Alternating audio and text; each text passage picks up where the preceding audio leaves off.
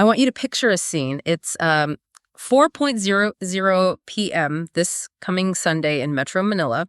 You are standing in the massive central atrium of the SM Mall of Asia. And the scale of that place is just staggering. Oh, it really is. There's a free open-air public stage set up. You've got these massive LED screens flashing, K-pop bass literally shaking the floor, and, thousands of potential passersby carrying shopping bags, just caught in an absolute sensory overload. Absolute chaos, basically. Right.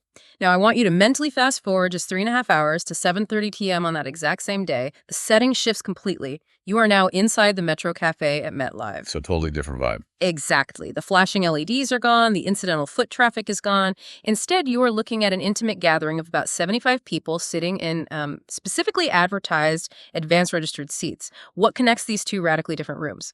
Welcome to Future_Music Deep Dive. It's an architectural contrast, definitely, but more importantly, it's a psychological one. I mean, you are looking at two completely different states of audience engagement happening practically back to back. And if you've ever wondered how an artist actually builds a fandom out of thin air, like how you turn someone walking through a mall with a pretzel into a super fan who will buy a ticket and track your career well, this Sunday in Manila is the perfect laboratory. It really is. We are tracking a live high-stakes marketing experiment here. We are. This is a new chapter in our All About Gwyn Dorado and Korea exploration, specifically titled Gwyn Dorado Returns to Manila, From Korean Breakthrough to Filipino Homecoming. And just to orient us on the timeline, today is August 18th, 2026. So these events are still scheduled for August 23. We are looking forward here. Right. We're not doing a retrospective review of a completed concert. We are looking at a fascinating real-time test of audience conversion. To put it another way, it's like a maritime rescue operation. At 4 p.m., you cast a massive net into the open ocean. And then at 7:30 p.m., you check to see if anyone actually voluntarily chose to swim over and, climb into your 75-seat lifeboat. That is exactly it. That structural setup is incredibly deliberate. I mean, we are analyzing a same-day sequence designed to test a core hypothesis of the music industry. Can broad, incidental visibility be converted into high-intent, dedicated fandom within just a matter of hours? But, you can't test a conversion funnel without understanding the baseline material. Right. We have to look at what she is bringing to the table. Because Gwyn Dorado is not walking into Manila as some unknown entity. Let's get into that origin story because it radically complicates the narrative. Before we talk about exporting her recent Korean success back to the Philippines, we really have to acknowledge her highly visible local roots. I mean, she first broke into the public consciousness way back in 2015. Yeah, as a 10-year-old. Yeah. She reached the top 5 grand final of Asia's Got Talent. Which is wild. And then she lands what might be the highest pressure gig possible for a kid in the Philippines. She sang the national anthem at President Benigno Aquino III's final State of the Nation address. I'm so glad you brought up the SONA performance because we actually need to correct a persistent historical error right here. If you look at several recent media profiles tracking her current rise, they incorrectly date that performance to 2016. Wait, really? It wasn't 2016? No, if you pull the actual congressional record in contemporary reporting, the date is ironclad. It was July 27, 2015. Okay, wow. Which means she had immense national stage visibility over a decade ago. And because of that history, you see the media throwing around the word homecoming to describe this August 23 trip. Right. It makes for a great headline. It does, but I look at that 2015 footprint and I really have to push back on the framing. I mean, the demographic that claps for a 10-year-old singing a patriotic anthem at a government event is not the same demographic that buys tickets to an R&B artist's fan meet 11 years later. Totally different audiences. So does she actually have a dormant audience waiting to be awakened here, or is the homecoming tag just marketing spin for an artist starting completely from scratch with a brand new demographic? Well, the dormant audience concept is honestly one of the biggest fallacies in music marketing. You simply cannot freeze a fan base in amber. Right. People change. Exactly. Over 11 years, the audience ages out, their tastes shift, and crucially, the artist's identity transforms. You can't leverage nostalgia for a child star to sell a sophisticated modern R&B catalog. No, you really can't. She isn't simply returning. She is arriving with a highly developed, exportable identity that was forged entirely outside the Philippine ecosystem. Which brings us to the formal development phase in Korea. Let's look at the timeline of how she built that new identity. In February 2024, she signs a 5-year agreement with South Korea's A.O Entertainment. And by May 2025, she enters the market with the soundtrack What If? Right. And 4 months later, in September 2025, she releases the R&B soul single Way. But I'm looking at the metadata on Apple Music for the tracks On My Way and For You, and it verifies that Gwyn actually holds both composition and lyric credits. Which is a massive detail. Is it, though? My immediate question is, does that actually matter? I mean, K-pop is notoriously dominated by these massive teams of mega producers. If you're a foreign artist trying to break in, doesn't trying to be a singer-songwriter just make it harder to fit the mold? It makes it harder to fit the traditional idol mold, sure, but that is precisely the strategic advantage here. How so? Well, in a highly manufactured environment of the Korean music industry, the label of singer-songwriter operates as a separator. It pulls her out of that standard idol pipeline where performers are largely viewed as, interpreters of corporate vision. Oh, I see. So it shows she's not just a voice for hire. Exactly. Bringing her own pen to the market signals artistic agency. It tells the industry that she is a creator. And that changes how critics review her and how older audiences perceive her longevity. But having a pen and an agency backing you doesn't guarantee an audience. You can have all the artistic agency in the world, but if nobody's actually listening, you're just writing in a diary. Very true. She needed a platform, and that platform arrived in late 2025 with the television competition Sing Again 4. The songwriter identity laid the groundwork, but this show provided the quantifiable breakthrough that set up this entire Manila sequence. And we really have to look closely at those numbers because they anchor her momentum to measurable milestones rather than just vague industry buzz. Give us the breakdown. So on December 30th, 2025, she performed I Want You and received a score of 798 out of 800 from the judges. Let's just pause on that number. 798 out of 800. That is mathematically staggering. It's almost unheard of. And I did the math on her final placement as well. She finishes second overall in the January 6th final with 3,009.39 points. The winner, Leo Wook, had 3,051.06. So incredibly close. She lost by roughly 42 points out of over 3,000. That is basically a statistical tie. I mean, in the Korean music machine, for a foreign contestant without the backing of a Big Four agency to come within a 1.4% margin of winning a mainstream TV competition is an absolute anomaly. Oh, without a doubt. Plus, she was the only foreign contestant to even make it into the Final Four. It proves a level of raw vocal execution that just completely overrides the established pipelines. It proves execution, yeah, but we have to maintain a strict boundary between execution and conversion. Right. Reality television creates a massive injection of awareness. Millions of people watch those performances. Right, but voting for a contestant from your couch is a very low-intent act. Exactly. It costs the viewer nothing but a few seconds. I mean, the industry is littered with reality show winners who completely vanished within a year because passive TV viewing did not translate into active audience participation. Buying a ticket, traveling to a venue, showing up to a cafe, those are high-intent actions. Which perfectly sets up the danger of the narrative currently surrounding this August 23 trip.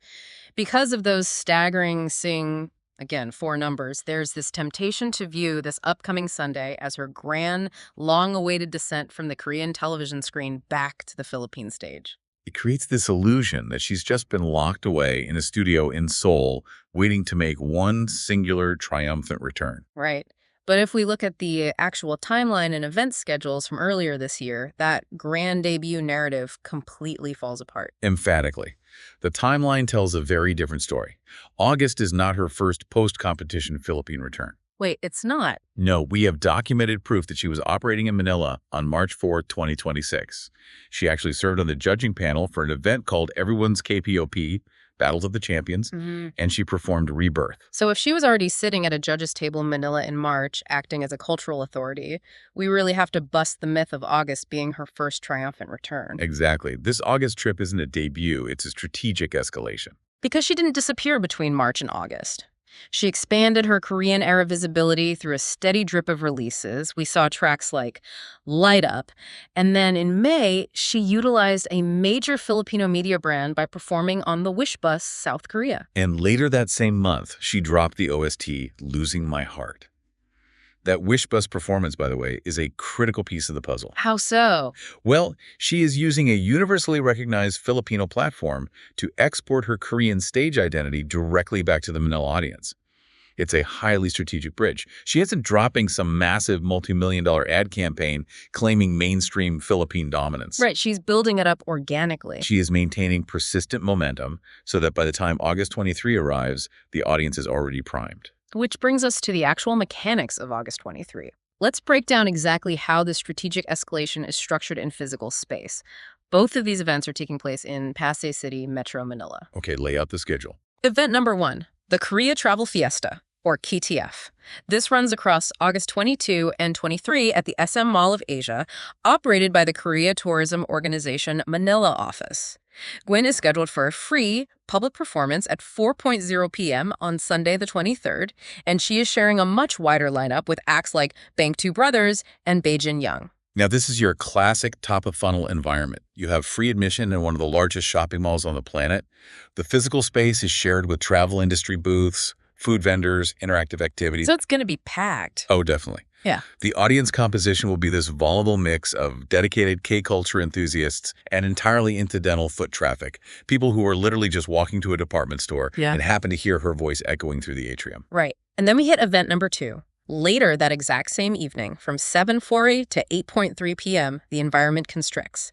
We move to the fan meetup at Metro Café, located at MetLive. It's a completely different world. Exactly. Advance registration was required, and they advertised approximately 75 seats. When you put these two events side by side on a schedule, I look at it and see a physical marketing funnel. The Mall of Asia is the top of the funnel, massive foot traffic, free exposure. And the Metro Café is the bottom of the funnel. Yes, but structurally, building a funnel doesn't guarantee that the water will actually flow through it. And that is the central tension of this entire deep dive. Yeah. We can map the architecture of the funnel, but we cannot yet measure the flow of the audience.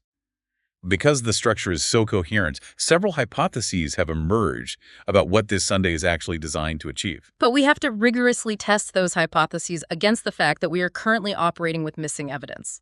Let's take the first hypothesis, the two-stage funnel conversion. Right, the theory that the 4 p.m. show is designed to directly feed the 7:30 p.m. cafe event. It's highly plausible, but if we dig into the available data, there is absolutely no evidence of joint planning or cross-promotional tracking between the Korea Travel Fiesta organizers and the fan meetup.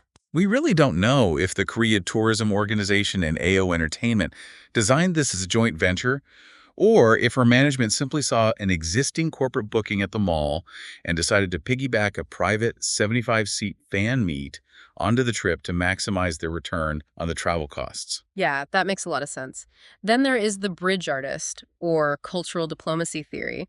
The narrative is that her unique background makes her a perfect symbol for a Korea to Philippines tourism event. And narratively, it fits perfectly. It does, but I have to point out that she doesn't actually hold an official ambassador title for the KTO. Right. We have to separate a fitting media narrative from an official mandate.